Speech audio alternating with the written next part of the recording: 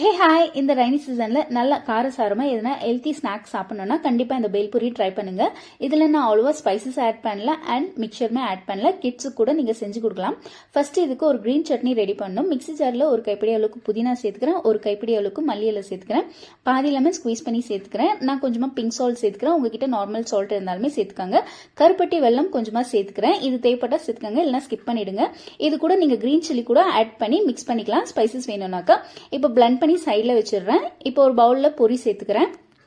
1/4 teaspoon red chilli, 1/4 teaspoon turmeric powder சேர்த்துக்கிறேன். வேர்க்கடலை வறுத்து சேர்த்துக்கிறேன். ஆனியன், டொமேட்டோ, கேரட், குக்கும்பர் இது எல்லாமே நல்லா ஃபைனா சாப் பண்ணி சேர்த்துக்கிறேன். இதுல கொஞ்சமா மல்லி இலை சேர்த்து இது நல்லா மிக்ஸ் பண்ணி விட்டுக்காங்க. இதுல ஒரு ஆனியன் ஒரு டொமேட்டோ சேர்த்திருக்கேன். குக்கும்பர் கேரட் பாதி சேர்த்திருக்கேன். இது நல்லா மிக்ஸ் பண்ணிக்காங்க. இது இப்படியே நீங்க சாப்பிடலாம், இல்லைன்னா இந்த மாதிரி கிரீன் சட்னி செஞ்சுமே இதுல மிக்ஸ் பண்ணி சாப்பிடலாம். கிரீன் சட்னி மிக்ஸ் பண்ணும் போது நல்லா நம்மளுக்கு ஒரு ஜூசி கன்சிஸ்டன்சியா இருக்கும். நீங்க அப்படியே சாப்பிட்டா ட்ரையா இருக்கும். ஸோ அவ்வளவுதான், சூப்பரான பேல்பூரி ரெடி பண்ணிட்டேன். இது பிளேட்ல சர்வ் பண்ணிக்கிறேன். இது தேவைப்பட்ட மிக்சர் கூட நீங்க ஆட் பண்ணிக்கலாம்.